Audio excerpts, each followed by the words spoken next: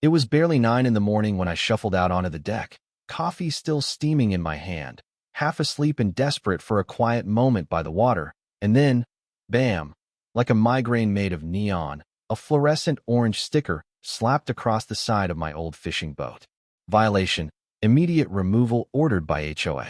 You ever get that surreal gut punch where the world is so absurd you wonder if you're still dreaming? That was me, barefoot on splintered planks, coffee splashing down my toes, staring at my own boat like it had suddenly turned into contraband.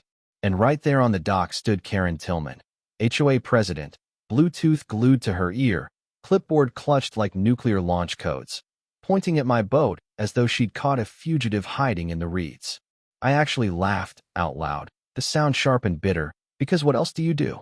But that laugh cost me a burn from the hot coffee on my foot, snapping me back to reality just in time to hear her barking across the water. I had 48 hours, she said, to move the boat or face daily fines, county reports, maybe even revoked lake access. Which, I'll remind you, is a neat trick considering I don't rent this lake, don't lease it. I own it. Title deed, water rights, cattails to the mud. But Karen never bothered with fine print. She strutted away after muttering into her headset, "He's non-compliant," like she was delivering a divine decree. Right then I knew. Ignoring that sticker wasn't going to cut it.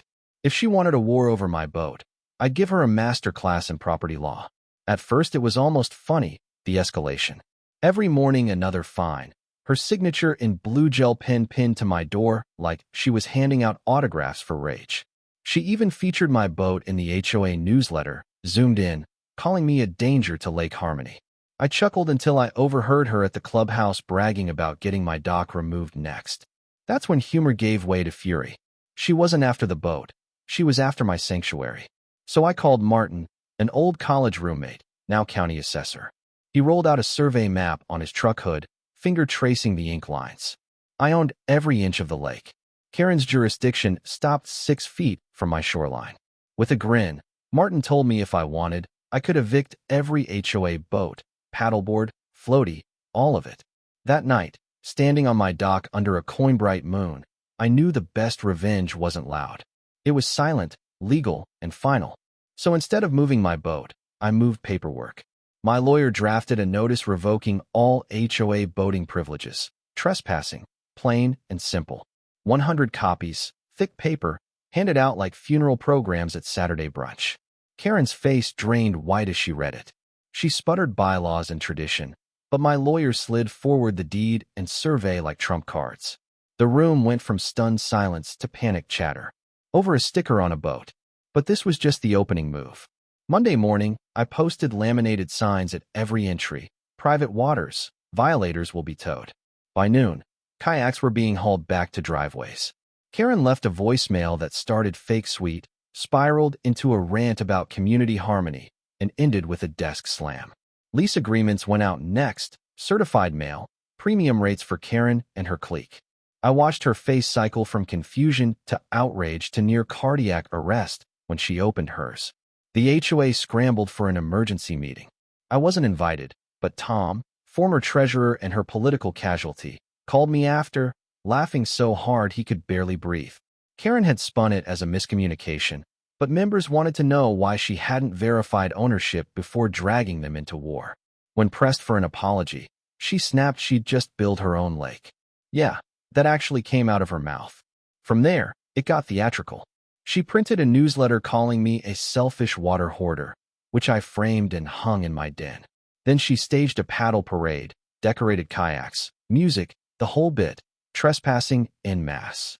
I called the sheriff. Deputy Joe, family by marriage, showed up, lights flashing, calmly informed everyone I was within my rights. Karen waved her newsletter like the Constitution until Joe deadpanned. "Ma'am, that's just wet paper." The video went viral. HOA lady loses it over lake she doesn't own. Tens of thousands of views, popcorn emojis flooding the comments. The tide was turning. Karen pivoted, formed a lake usage committee, retirees, failed realtors, Dennis with Bluetooth in both ears like he was running a sting. They pitched rotating dock schedules, lake time allocations, bureaucratic theft of my property dressed up as fairness. I slid an invoice across the table. Retroactive fees, penalties, every launch documented. Dennis choked on his coffee. One woman gasped. Karen turned a shade I'd never seen. A man muttered, "Maybe we should just pay him." Masks were slipping. After that, I got emails from members asking about leases, discounts, terms. I told them I wasn't against the community, just tyranny. Karen's grip weakened. Her votes failed, her boycotts fizzled. Her surveys came back with more insults than yes. She hauled me before the county oversight committee, dragging poster boards and binders. My lawyer and I walked in with title deeds. 10 minutes later, unanimous ruling in my favor. Karen tried to appeal, was told emotions aren't grounds for legal review. 2 board members resigned. Another scrawled a note. I didn't sign up for lake warfare. Karen tried to save our shoreline gala. 10 attendees, canceled band, cheap wine, elevator jazz. Meanwhile, I installed solar boundary lights. Neighbors asked for advice on HOA bullying. The local paper ran a headline. Man wins lake back from HOA. The narrative was mine now. But I wasn't done. Tom and I dug through the bylaws, found a recall clause. 2 complaints, 30% petition, and a vote could unseat her. Quietly, we collected signatures, mailbox conversations, handwritten letters. 35 signatures later, the secretary looked like a man who'd been holding a secret too heavy for too long. A recall was set for 7 days out. Karen called it a smear campaign, hosted a unity cookout with burnt hot dogs, wore a sash like she was running for prom queen. Then she accused me in a newsletter of planning to drain the lake for a helipad. Nobody bought it. The day of the vote, the clubhouse brimmed, charged like a courtroom before a verdict. Karen gave a desperate speech, warning of chaos without her. The ballots came in, 63 for recall, 18 against. No cheers, just a release of tension like air from a balloon. She left without a word, heels echoing, clipboard clutched to her chest. Tom stripped away half the rules, recognized my lake as separate, dissolved her committees.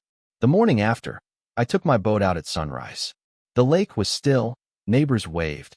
Peace finally returned. Or so I thought. Because Karen wasn't finished. She started a rogue HOA, clubhouse members only, fake rules, flyers stuffed in mailboxes. Same handwriting, same obsession.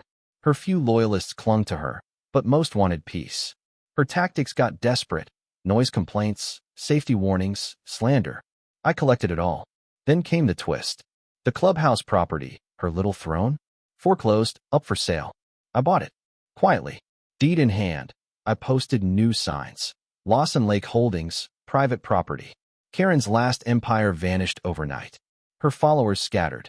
She confronted me once, furious, accusing me of betrayal, conspiracy, legacy theft.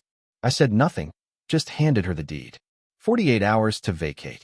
She left quietly, no audience, just gone. The building became a real community center.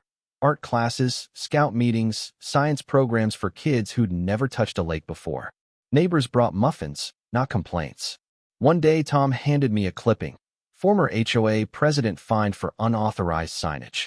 Poetic justice, small but sweet. I didn't gloat. The lake was finally just a lake. Except one evening, I saw her, Karen, alone on the shore, arms crossed, staring at the water. No fury, no apology, just hollow eyes of someone who fought a battle she never understood. She read the news sign, turned, and walked away. Out of the story, out of our lives. Weeks later, we held a cookout at the community center. No banners, no rules, just food and laughter. Kids chased minnows, neighbors traded stories. An old-timer clapped my back and said, "We didn't know we needed someone to own the lake until someone finally did it right." I took it as a reminder.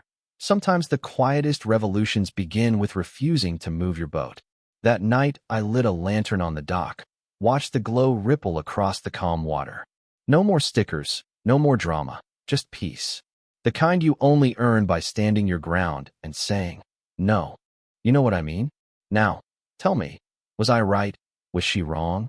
Or is justice in a neighborhood war never that simple? Drop your thoughts below, because in the end, maybe the only boundary that matters is the one you refuse to let someone else cross.